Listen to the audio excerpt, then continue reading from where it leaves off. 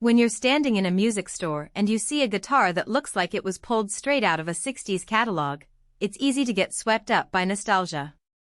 At the same time, the fear of spending a few $100s on something that ends up feeling like a museum piece can make anyone hesitate.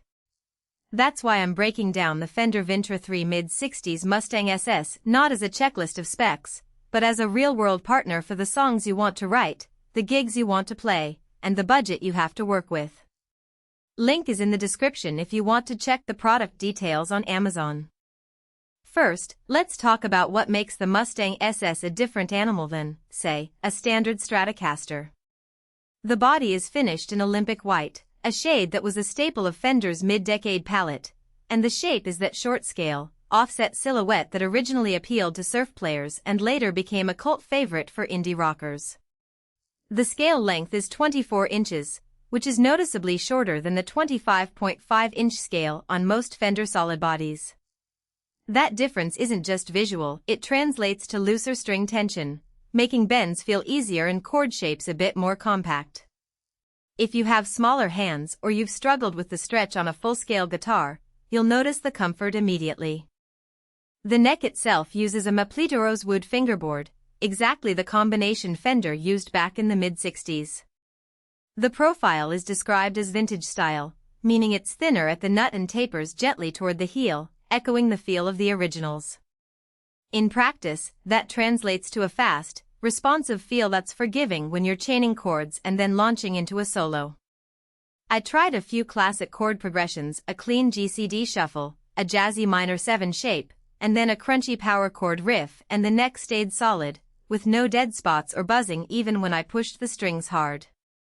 Tone-wise, the Mustang SS carries 2 single-coil pickups that sit where they did on the vintage models, one near the bridge, one at the neck. They're wired in a traditional 3-way selector, which keeps the electronics simple and reliable. The bridge pickup has that bright, biting edge you expect from a Fender single coil, cutting through a mix when you're playing over a drum kit. The neck pickup, on the other hand, leans toward a warmer, more rounded voice that works well for clean arpeggios or bluesy bends. I ran the guitar through a modest 30-watt amp and a small PA system to simulate both bedroom practice and a tiny club setting.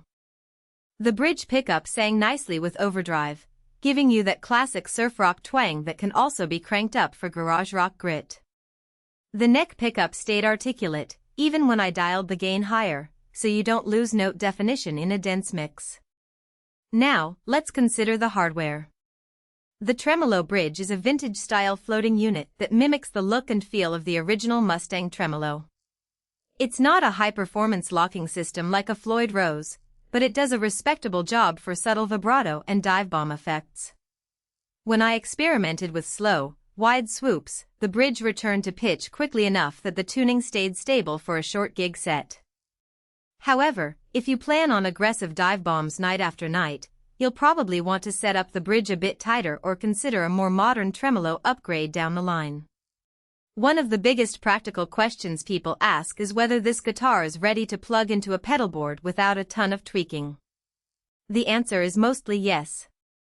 The Vintera 3 comes with a standard inch output jack, and the wiring is straightforward. I hooked it up to a basic overdrive pedal, a delay, and a reverb unit, and the signal chain behaved predictably, no unwanted hum, no intermittent cutting.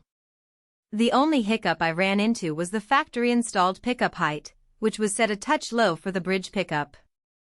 Raising it a millimeter or two gave a noticeable boost in output and helped the bridge coil sit better when I cranked the gain.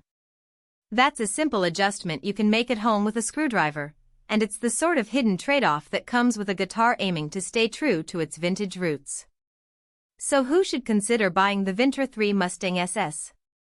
If you're a player who loves the aesthetic of mid-60s Fender and you want a guitar that feels comfortable for long-hour rehearsals, it's a solid match. The shorter scale makes it especially attractive to younger players, those with smaller hands, or anyone who finds full-scale necks tiring after a set. It also shines for songwriters who need a versatile instrument that can swing from clean, jangly chords to gritty, overdriven leads without swapping guitars mid-song. The price point sits in a sweet spot. You get an authentic-looking instrument with decent hardware and pickups, without paying premium for a vintage-era original. Conversely, there are scenarios where this guitar might not be the best fit. If you're hunting for a high-output humbucker monster for modern metal, the single-coil configuration will feel underpowered, and